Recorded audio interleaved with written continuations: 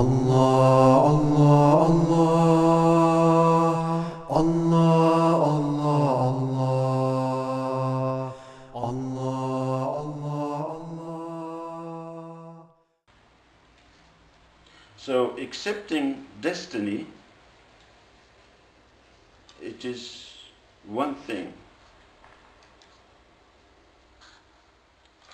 And asking Allah to remove bad destiny, bad condition, is also acceptable to Allah. And this is to complain to Allah, not to other than Allah. It is questionable to accept what comes in your destiny without understanding the things that happen to you.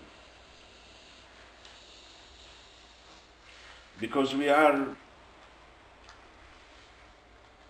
required from us to accept al-qada, al-maqdi, that is which is in our destiny.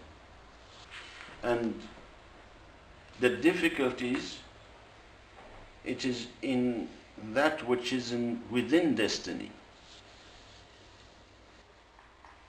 You buy something very nice.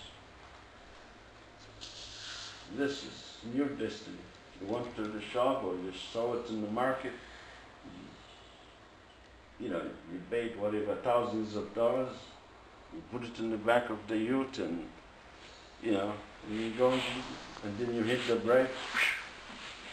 Goes, and hit the car behind you as well. BMW.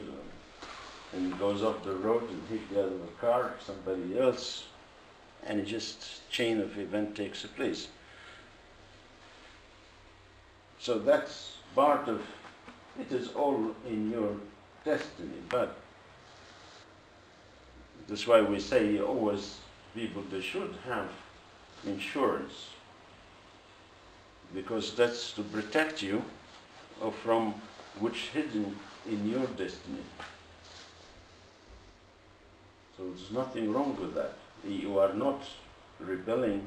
I'm not saying take insurance so that what you call death insurance.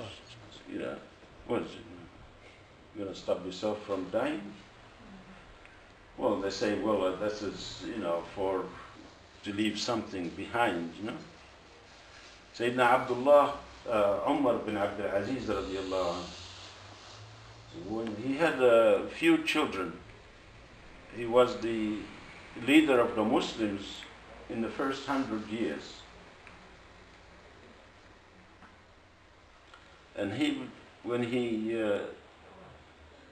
was sick, and people knew that he's going to pass away, so they told him,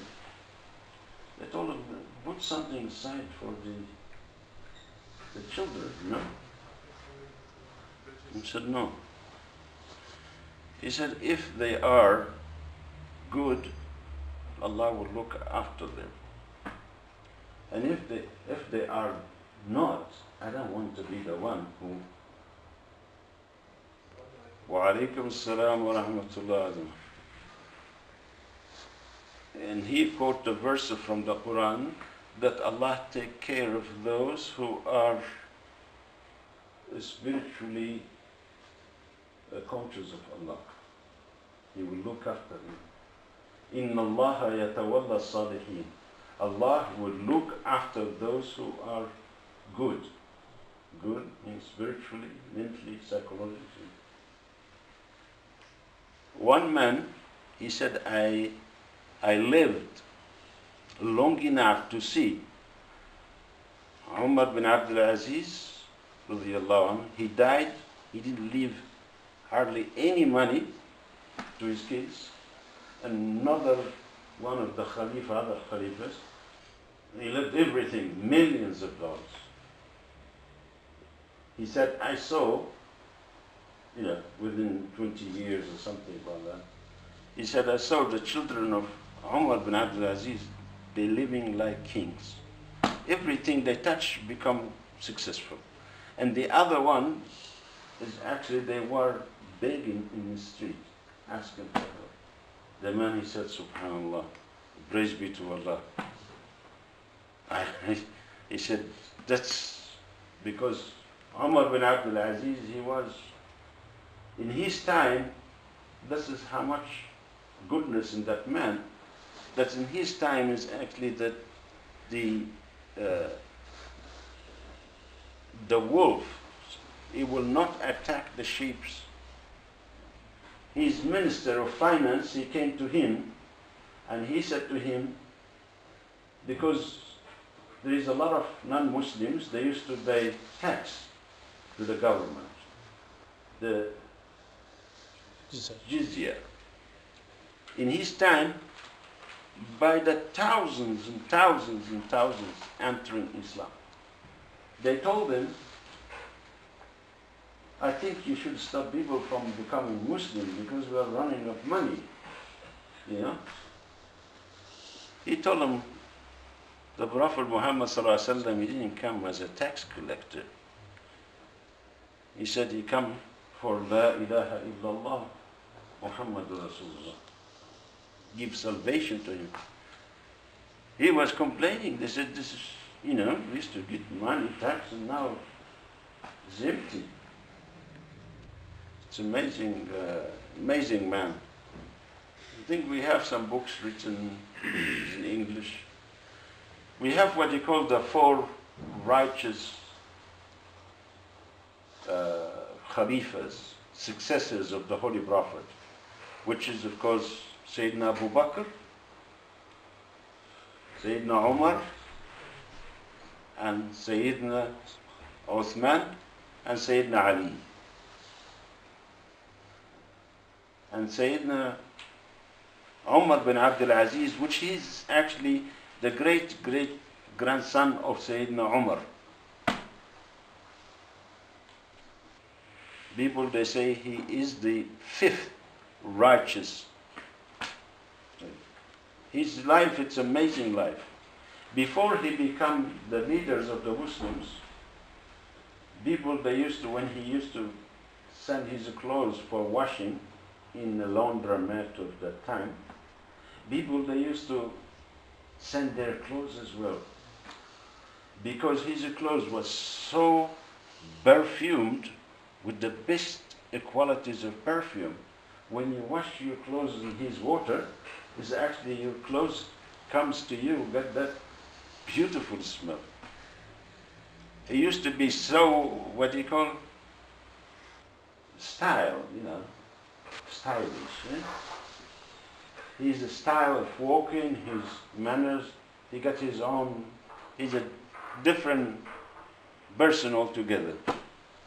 And he had such a beautiful voice when he recited Quran, that it's actually probably people that get sways around him. And he liked to recite it now, of course. That's before. Just see the change what happened. One time he was reciting in the mosque, in one Sufi Sheikh, he was doing a teaching in one corner, and he reciting this with a beautiful musical voice. The Sheikh got up and went to him. He said, tell me, are you reciting for us or for Allah? He said, if you're reciting for us, he said, we are not interested. Okay? But if you're reciting for Allah, Allah is not deaf. So turn the volume down. Thank you very much. This amazing man. But when he became a Khalifa, a leader of the Muslim, he changed his life totally. He only stayed 2 years and 6 months. In that 2 years and 6 months, the whole Islamic world had changed. This is a people of a great knowledge, great love for Allah. And Allah used them as a vehicle to bring peace, tranquility, love, harmony, and to open the doors of Islam to humanities.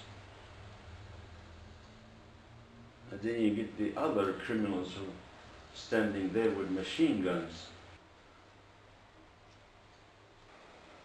One Christian came to a shopkeeper, and he said to him, you know, I've been living with Muslims around, and I am really interested to become Muslims. Can you,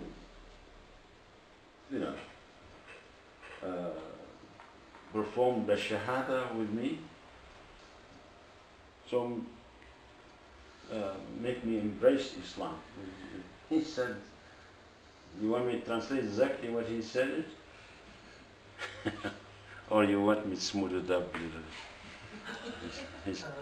Well, he said to him, he said, from all the world, you haven't got anyone to cause a problem for him except me. You want me to have a trouble with Prophet Isa, he said? You want to cause me to have a fight with the Prophet of God? Go somewhere else, embrace Islam. So he doesn't understand. He told us he's a Christian. If I take him from Christianity, embrace and make him Muslims, I'm now declaring war on Prophet Jesus. May peace of Allah be upon him. And this is of course in mentalities of some people. In the old days, the rough bandit in Afghanistan, the Shahada, what we call the Shahada, the witnessing formula. You say, Ashhadu an la ilaha illallah. A man, European man, he was traveling in the valleys of Afghanistan. And here we are, he got caught by these Afghans, and one of them jumped on him and he put a sword, knife in his neck. And he starts saying to him, say the kalima, which is mean, say La ilaha illallah Muhammad Rasulullah. Yeah, say the kalima, meaning the word, which is La ilaha illallah Muhammad Rasulullah. The man, he was so terrified, the other one, he just said, say the kalima, say, he's terrified. He said, okay, tell me what it is, I will tell you. He said, you know that I don't know, huh?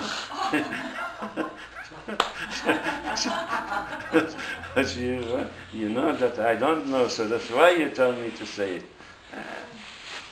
Well, this is Afghan,